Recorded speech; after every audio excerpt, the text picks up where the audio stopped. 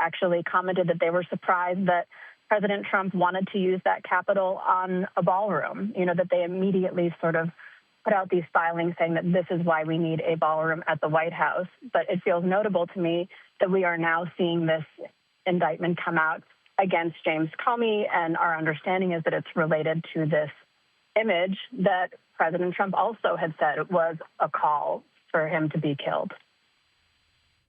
And we know that James Comey is someone that President Trump has wanted to have gone after for a very long time. He wants to see him prosecuted. He wants to see him jailed. This is one of his perceived enemies, and we know that this is an issue that is very important to him.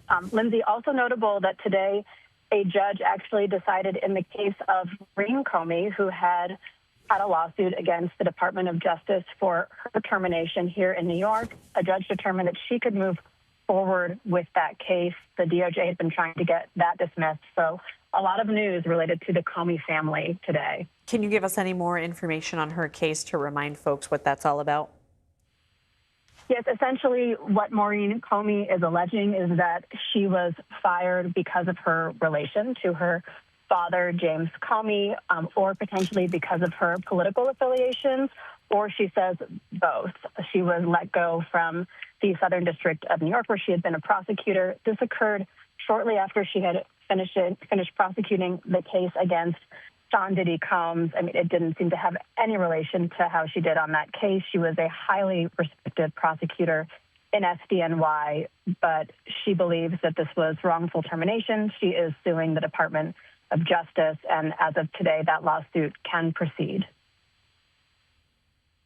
Okay, Katrina Kaufman, hang out for us if you can. If we still have Jake Rosen, Department of Justice reporter. Jake, I wonder if there was anything that Katrina had mentioned that you would like to pull on.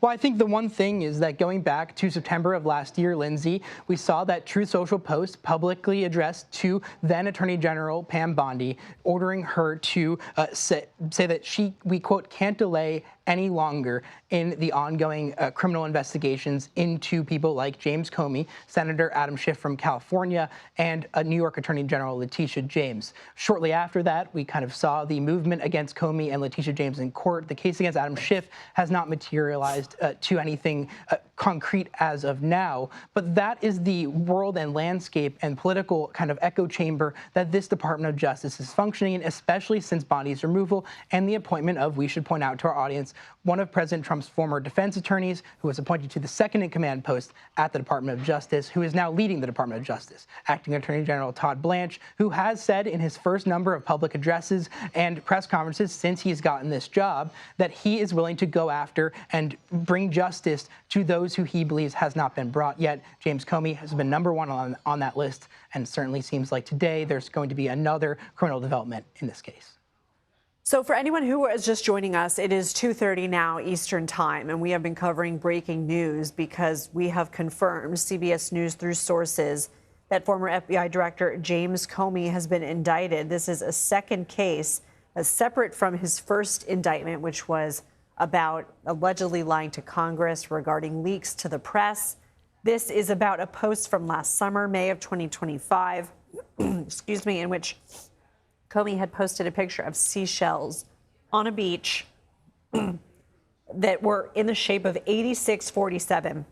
He posted on social media, excuse me, he immediately, well, I don't know how soon after he deleted it, but he posted that he didn't realize how it could be interpreted, that some might see it as a call to violence.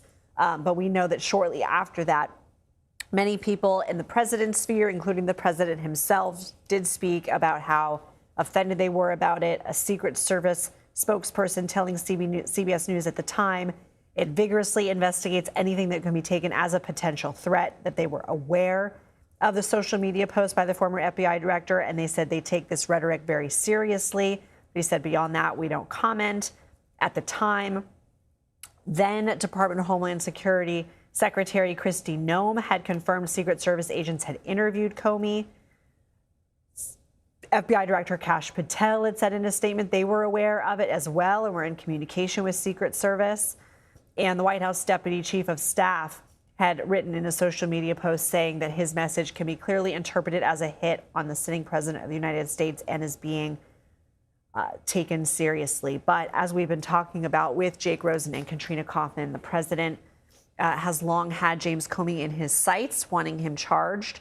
That first indictment was dismissed. It is currently under appeal. And so, Jake Rosen, if you can remind us the status of that case for anyone who is just joining us, this first case involving alleged lying to Congress. That's right, Lindsay. We saw after James Comey was charged and then indicted in the Eastern District of Virginia, which is just across the river in Alexandria last year, for these charges of allegedly leaking as part of a lying to Congress investigation.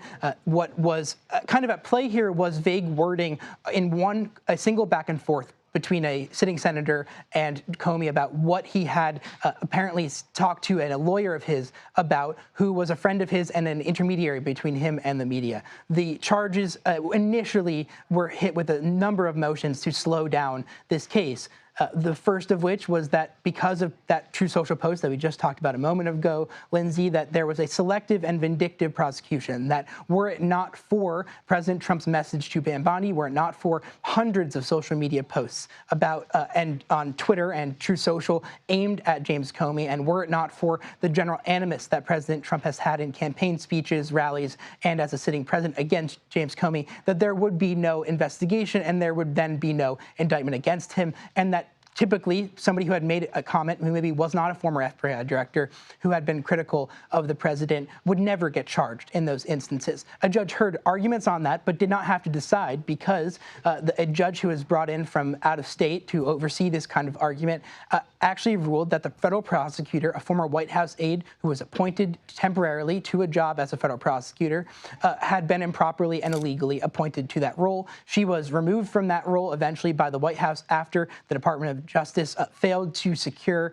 an immediate stay of that order, and her time in that position timed out. Also, what timed out, Lindsay, is the actual statute of limitations on those charges.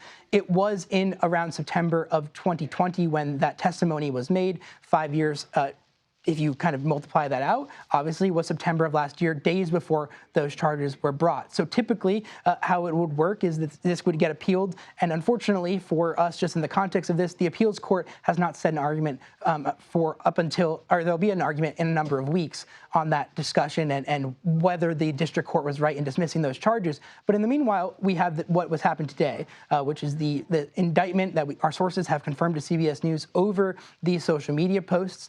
We also know that there's an investigation in the Southern District of Florida into former Trump officials like James Comey, like former CIA Director John Brennan. And whether or not these charges result in anything, Lindsay, it's important to just remind our audience of what these charges are meant to do, even if there is no final criminal conviction at the end of the day. It is to force a former political and current political opponent, but a former political employee of President Trump who was fired in the midway through that first term to spend money on hiring lawyers to be dragged back into court. Every time we were in court with James to go to these proceedings, James Comey and his family were also in court, dealing with not just the media, but the constant re-criticism by the president and his allies in Department of Justice. It is to do what President Trump has alleged was done to him in the number of criminal investigations, both at a federal and state level, into him before he was reelected in 2024. Incredible context there. Jake Rosen, thank you so much. And we're going to continue to follow this story for you and bring you the very latest updates as they happen. And the Department of Justice has scheduled a news conference for 4 p.m. Eastern. Again, we haven't confirmed it is related to this, but we will be monitoring it and we will bring it to you live if it warrants. We're also going to bring you live coverage from Capitol Hill, where King Charles is scheduled to speak before a joint session of Congress. And we're following a story involving Disney and the Federal Communications Commission. We're going to have that for you after this break.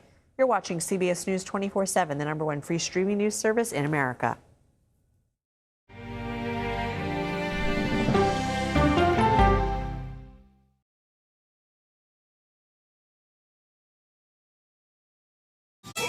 Sunday morning, Cars for a Song, plus actors Don Cheadle and Iowa Debris. Listen for the trumpet. Inside Abbey Road Studios. This almost makes us Beatles. The Police's Stuart Copeland. Love the drums. What is it about the orchestra? Creates Wild Concerto. The only way to to get a 360-degree understanding of America is to get out there in America. There really is no swing at all when it comes to the priorities of everyday people. We care about how secure our job is, whether we can plan on retiring with dignity, whether our kids can have a brighter future than we have today. These are the fundamentals of American life, and I think they can be again. I think I asked direct questions. I don't know that they're tough questions per se. Why doesn't he tell Republicans, come into my office, let's hammer this thing out? Margaret, it's a totally fair question. Why are you opposed to this deployment? It's unconstitutional. That's the role of Face the Nation, to focus on the issues at hand. That means a civil conversation with perspective.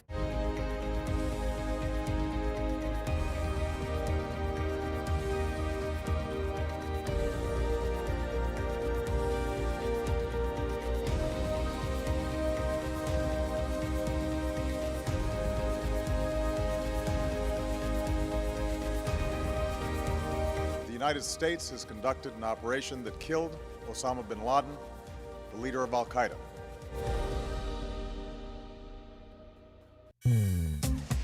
I'm Major Garrett in Washington, inviting you to the Takeout. Politics, policy, people, and pop culture served up weeknights. What's on the menu? Plenty. The day's happenings with curiosity and formality and humor. It's serious discussion, but we do not take ourselves too seriously. Who is a better speaker, Mike Johnson or you? Oh, come on. Join me on the Takeout. Streaming right here on CBS News 24/7. At 16, it was life-shattering. A community is shaken when a teenager is murdered. You just can't get over that. The theory was always it was 3 guys, and the DNA didn't match any of them. More than 4 decades later, an unexpected breakthrough upends the case. If they didn't do it, then who did it? 48 Hours, now streaming on CBS and Paramount+. New information coming into CBS News 24/7. Airline pilots like we never saw the helicopter. Clash between federal agents and the suspect waited for quite some time. What the court did was really spend a lot of time looking at the Constitution. I'm Adriana Diaz. And I'm Kelly O'Grady. Join us right here for the perfect start to your weekend. Watch CBS Saturday morning on CBS and streaming on Paramount+.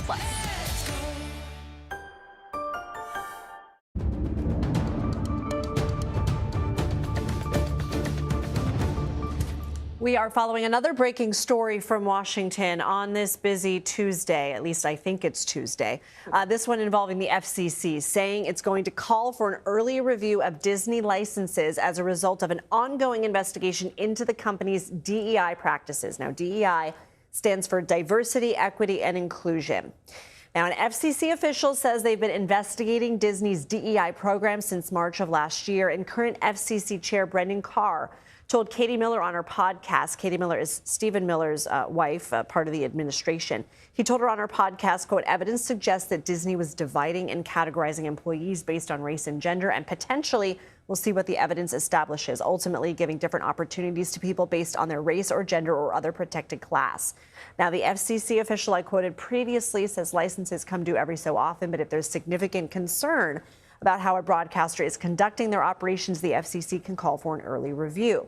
Now, let's go ahead and bring in CBS Saturday Morning co-host and CBS News Money Watch correspondent and CBS News 24/7 anchor Kelly O'Grady. Any other titles I'm missing? No, that covers it?